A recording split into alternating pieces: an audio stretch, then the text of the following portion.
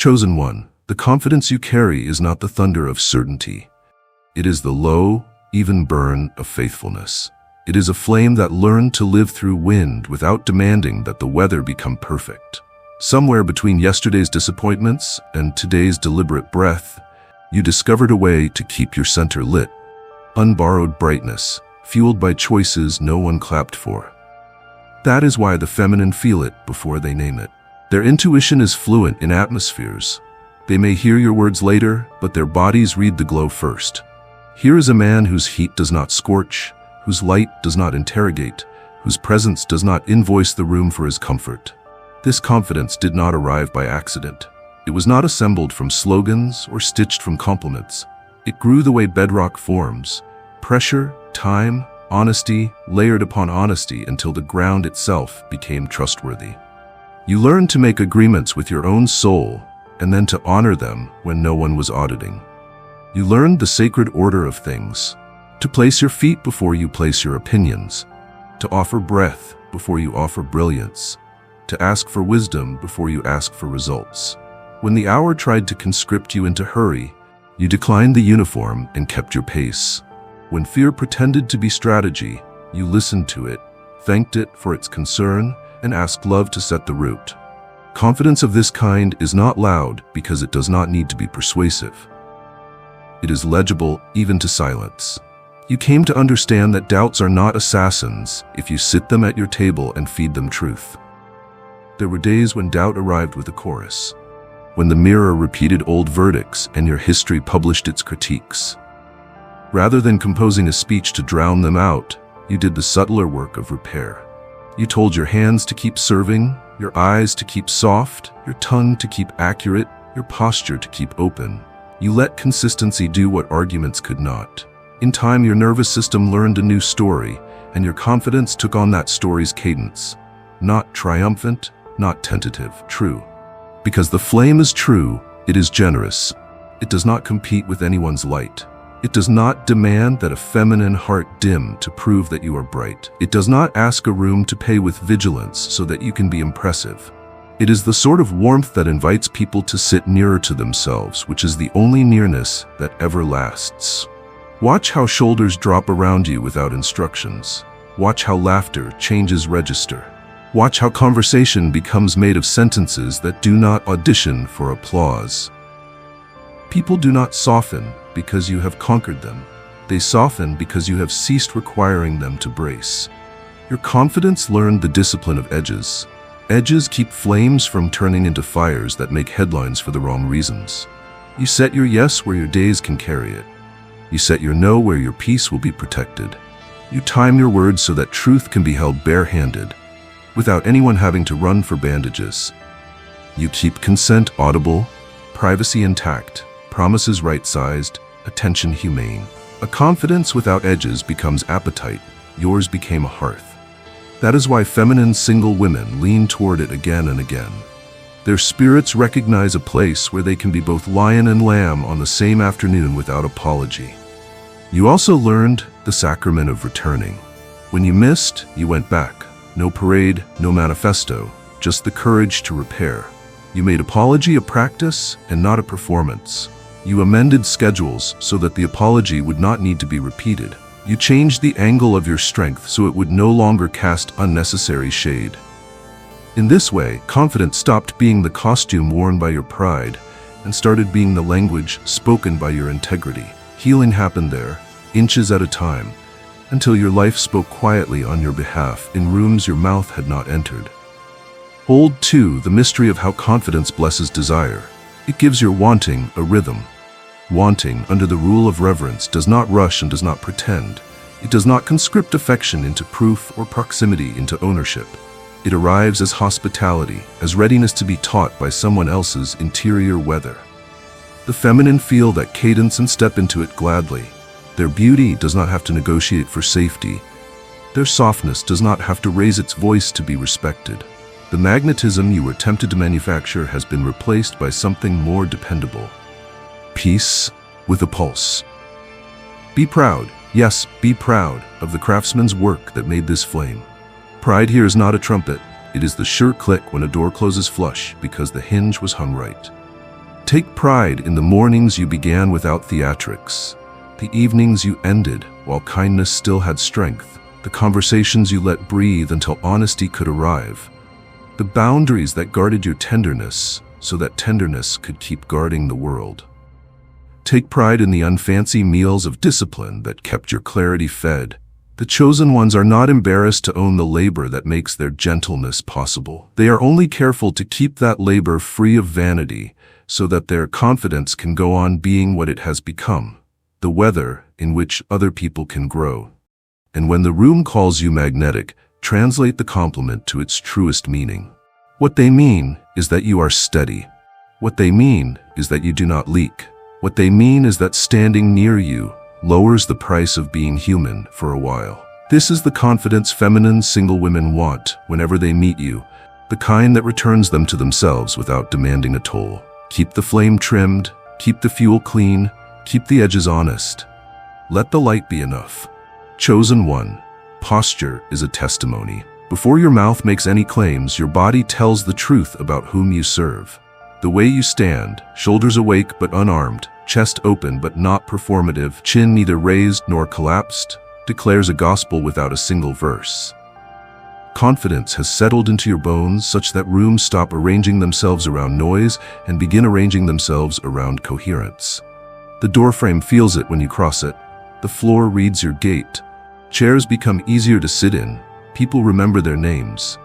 All of this because you learned how to be tall without climbing on anyone. Standing without a stage means you no longer require an audience to justify your height. You do not posture to be perceived. You allow presence to do what posturing never could, hold. Presence holds the fragile second sentence while it decides whether to trust you. It holds the joke at a kind angle so no one bleeds. It holds the boundary at a loving distance so dignity survives. You learn to make space instead of spectacle, and space rewarded you by filling with what spectacle always chases and never keeps. Trust. Trust is born in small mechanics. It hears you say you'll be there at 7 and meets you, not your excuse. It sees you greet the quiet person first, not because you are collecting moral points, but because you stopped needing the loudest place at the table to prove you belong at the table. It watches you leave a room without draining it of its oxygen. It notices that you put the chair back where it lives. These unremarkable behaviors do a remarkable thing. They make your presence predictable. The feminine body translates predictability as safety, and safety as permission to be beautiful without armor. You carry time the way a good steward carries water, careful, generous, with a respect for the vessel and the thirst. You arrive with attention you can actually afford, and you leave before fatigue turns tenderness into debris. You do not stretch the evening just to prove you matter. You do not sprint through the afternoon just to outrun self-doubt. You stand inside the hour as if it were a friend, not a rival, and the hour becomes hospitable to everyone else. Confidence of this sort is not a spotlight, it is a lamp. Lamps know how to share. Standing without a stage also means your words have a place to live. You do not use honesty as a weapon or charm as a bribe. You keep your sentences the size of the truth and let your follow-through do the loudest talking. When you bless, it is specific enough to build on. When you correct, it is gentle enough to carry. When you disagree, it is clean enough that repair can find its way back. You resist the ceremonial cruelty of winning a point at the cost of a person. The women who meet you notice that their minds do not have to do math in your presence. No calculations about hidden fees, no high-interest payments on yesterday's laughter. Freedom like that is not glamorous, it is irresistible. There is choreography in how you take your place and how you give it back. You enter a circle and widen it by half a step. You catch the thread of a story and hand it to the person whose voice has not yet crossed the threshold. You spot the hinge on which a moment is squeaking, and you oil it without calling a meeting about your excellence. This choreography makes you conspicuous in a blessed way. People begin to expect ease where you stand. They begin to plan around the probability that kindness will be the default and accuracy the trend. The chosen ones recognize this posture and, without needing to conspire, keep it fashionable. Standing like this changes how desire shows up in you and around you. You are not a magnet because you pull. You are a magnet because you are placed. You do not pursue attention as if it were rare oxygen. You let attention pursue service because service breathes better. Feminine single women sense the difference instantly. The unspoken question, am I safe to be fully myself here, gets answered before anyone has to ask it. You did not audition for their admiration. You built a room their soul wanted to visit, and then you let that room remain about more than you. You practice endings as part of your posture, because leaving is also a way of standing. You finish while gentleness still has energy. You bless the moment with a sentence that lands like a soft cloth on a table. No clatter, no crumbs left to become rumor. You gather what you brought. You say thank you while it can still be heard. You do these things casually because they have become you. Afterward, the echo is never hunger.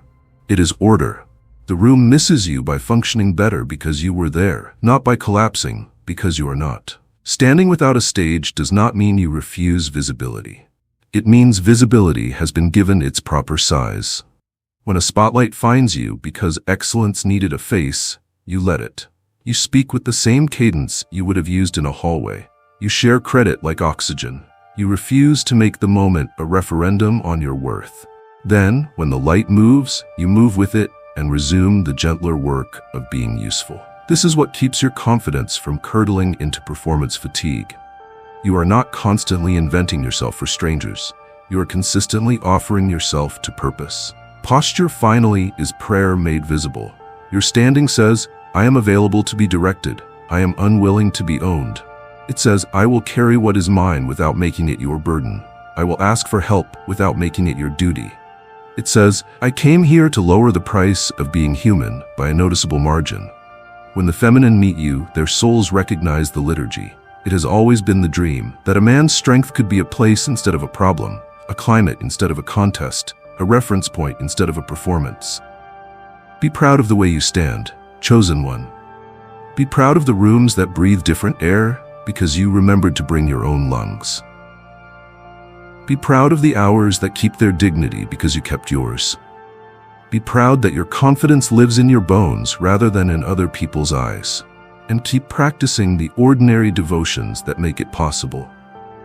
The quiet alignment before the day begins, the respectful distance that makes closeness clean, the accurate word that makes apology rare, the early ending that makes tenderness sustainable. The world will keep trying to hand you stages. Take the ones that serve the work. Decline the ones that spend the work to serve the stage. Either way, stand as you stand now, legible, gentle, unbribed. This is the confidence feminine single women want every time they meet you, and it is the confidence the chosen ones keep learning, keeping, and giving away. Chosen one, there is a kind of confidence that does not crowd a room, it steadies it. It does not announce itself with declarations or decorate itself with noise. It moves like a tide that has studied the moon long enough to know when to rise and when to rest. Feminine single women read that steadiness faster than language. Their bodies register your presence the way a bridge registers a well-built foundation, by what does not shake. This is the hidden ministry of your composure. You become ground. Not a stage that demands performance, not a pedestal that insists on worship, but ground, dry enough to stand on, wide enough to turn around on, strong enough to hold weight without asking for applause. Being ground did not begin with a dramatic vow. It began with small agreements you kept when no one was there to notice. You learned to bring your full attention and not a hungry version of it. You taught your voice to speak at a temperature that truth could survive. You trained your hands to be helpful before they tried to be impressive. You arranged your schedule so kindness would have time to breathe. These are not glamorous tasks. They are the carpentry of character. Over time, they turned your presence into a room where unnecessary vigilance retires. A woman who has grown used to insulating herself against sudden changes in weather discovers, with you, that her shoulders come down long before her guard even realizes it has permission to clock out. Your confidence is not a shield you hide behind. It is a covenant you keep. You keep it in hallways as readily as in headlines. You keep it when the conversation is easy and when the air goes thin. When plans break, you don't make the breaking a referendum on anyone's worth. You orient, not dramatize. You ask the simplest useful question and move the moment toward what can be salvaged. You make order hospitable rather than harsh.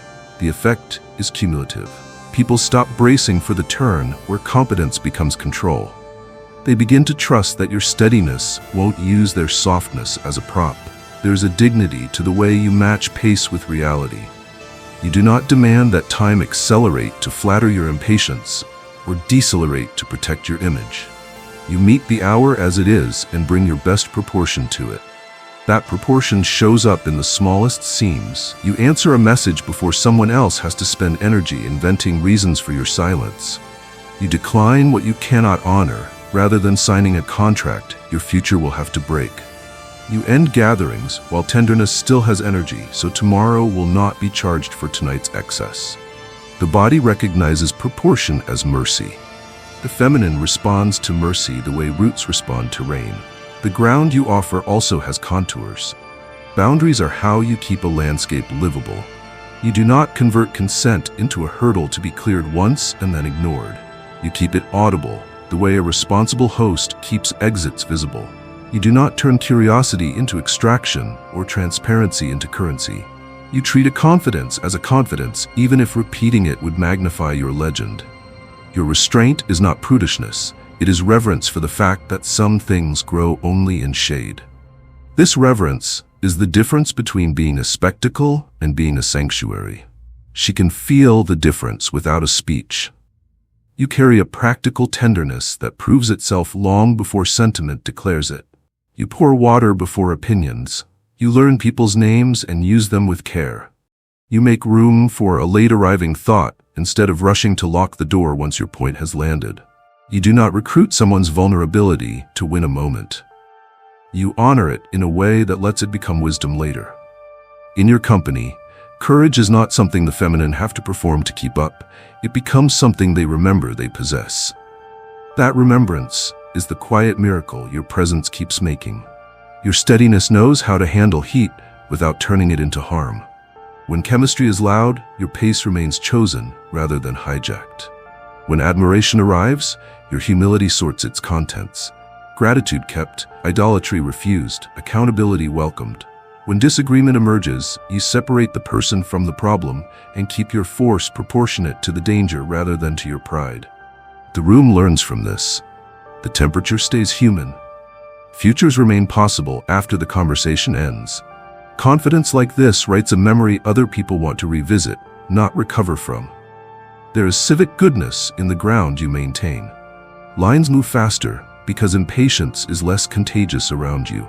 Laughter chooses accuracy over cruelty because you modeled how to be funny without drawing blood. People return borrowed things a little better than they received them because that is what you keep doing with anything that rests in your care. None of this will trend. All of it builds a climate. And climates, not slogans, are what teach neighborhoods how to hope. Be proud of this quiet architecture. Pride, kept clean, is simply the joy of a craftsman at a joint that fits. Be proud that your presence lowers the price of being human for anyone within range. Be proud that you can be leaned on without turning leaning into dependence. Be proud that you are, for many, the first proof that a man's strength can be a place to stand rather than a performance to survive. The chosen ones are not obsessed with recognition.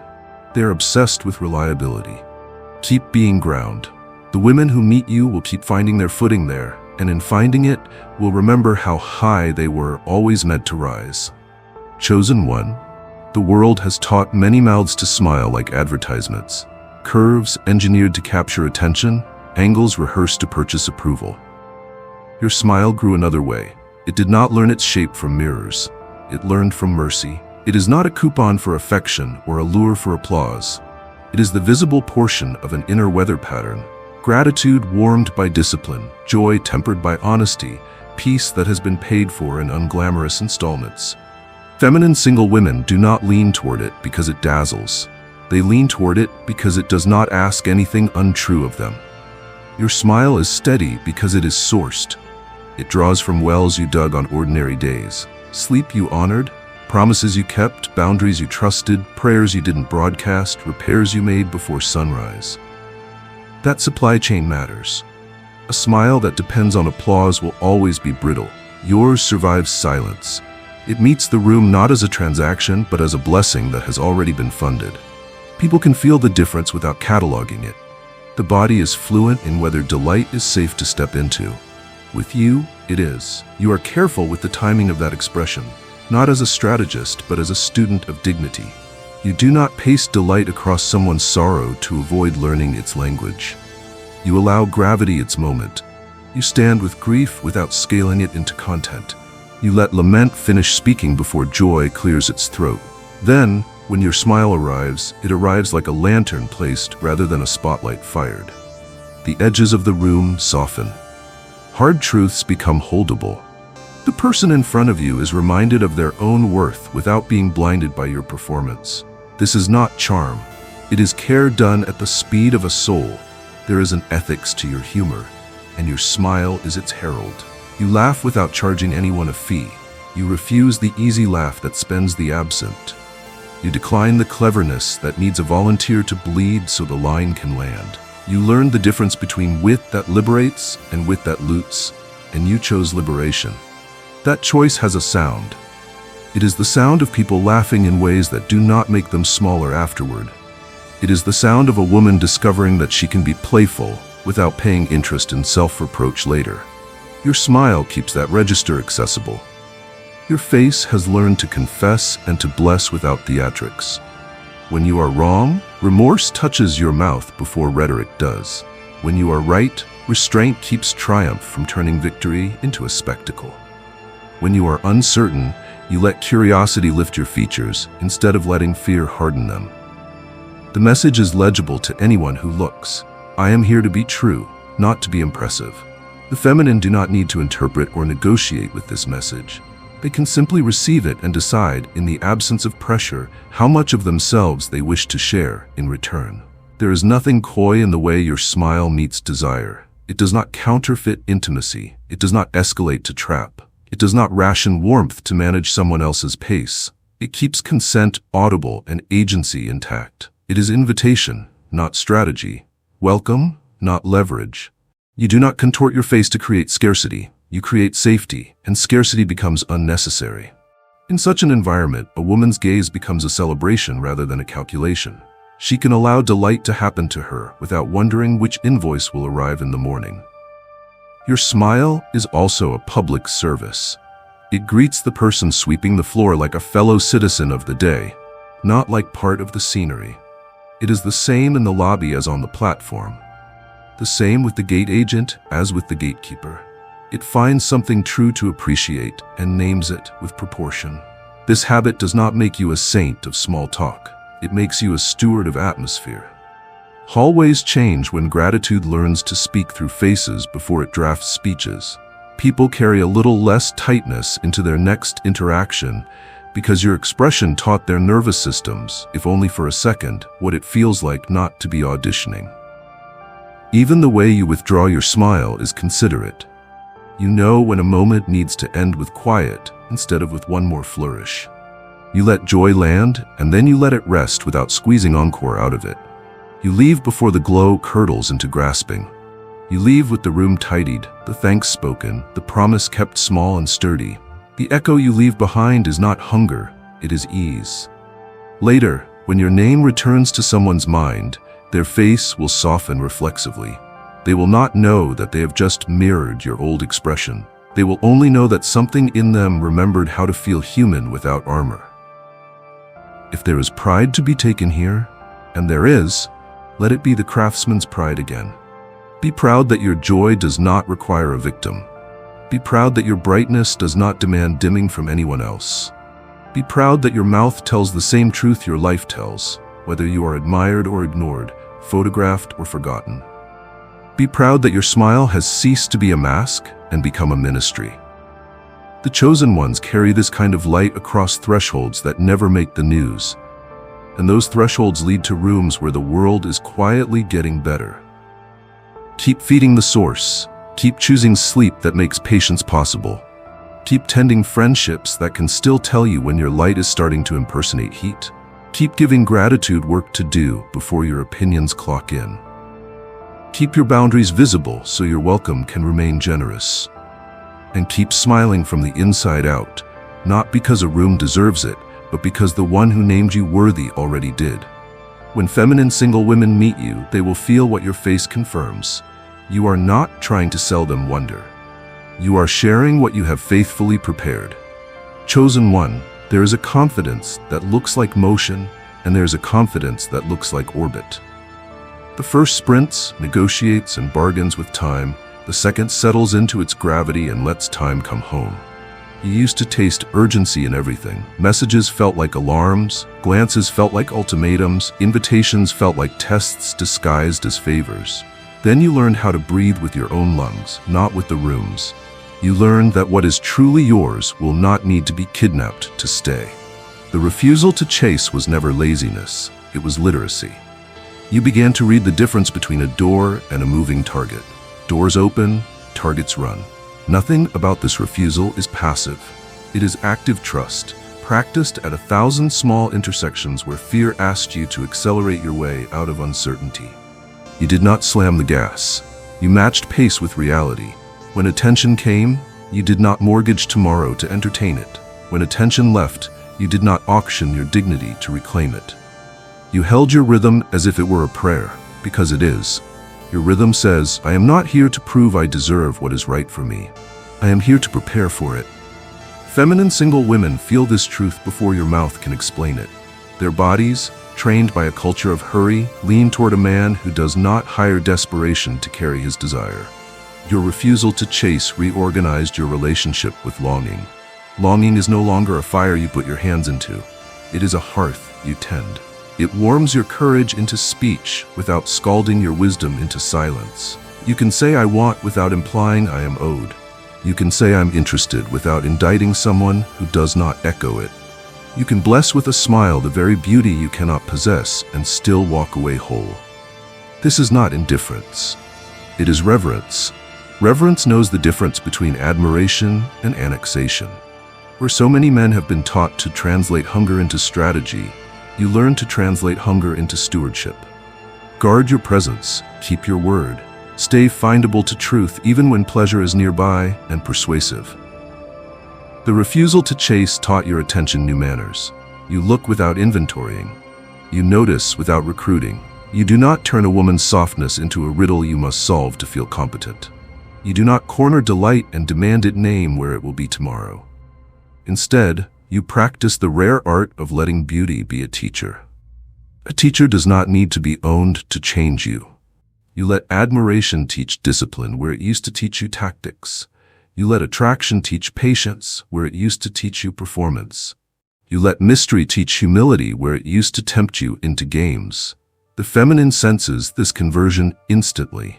Her intuition, which has spent years guarding the exits, recognizes a man who will not fence her field just to prove he found it. You retired pursuit as a performance and kept pursuit as a principle. Principles have pace.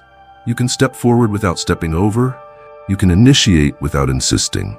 You can offer without tallying. You can persist without prosecuting. The proof is in the way you handle a no. You do not litigate it, you honor it. You do not turn honor into a pose that hopes to convert her answer. You let honor be the end of the sentence. Paradoxically, this is where your magnetism multiplies. Consent that remains audible keeps desire intelligent. Intelligence is attractive because intelligence keeps people safe. Your calendar tells the same story as your body. You refuse to chase what would require you to abandon the rituals that keep your soul human. You do not cancel sleep to draft speeches your conscience cannot later perform. You do not cancel prayer to negotiate with doubt in public. You do not cancel your friends to audition for strangers. You meet your day with the dignity of someone who knows that capacity is not a moral failing, but a holy measurement. Women read your calendar without ever seeing it. They feel the steadiness of a life that does not overdraw itself to impress a moment. That steadiness is a shelter. Even your no becomes a kindness inside it. The refusal to chase also changed your economics of attention. You do not subsidize people's uncertainty with a constant stream of reassurance they did not ask for. You make your presence real and your absence respectful. You leave room in a message so someone else's schedule can breathe. You do not mistake availability for virtue or scarcity for value. You are where you say you will be. You reply when reply is called for. You let quiet do its work when quiet is the truest reply. This is not strategy, it is sanity. Sanity is irresistible in a marketplace of adrenaline. There were costs to learning this posture. You lost rooms that only loved you when you ran. You lost the little spikes of meaning counterfeit attention can provide. You lost the illusion that speed equals importance. In exchange, you gained something harder to market and impossible to counterfeit: belonging to yourself.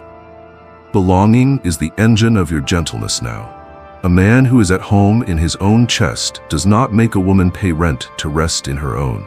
She arrives and discovers there is nothing to rescue and no audition in progress. She is allowed to be seen without being recruited. She is allowed to want without being trapped by her wanting.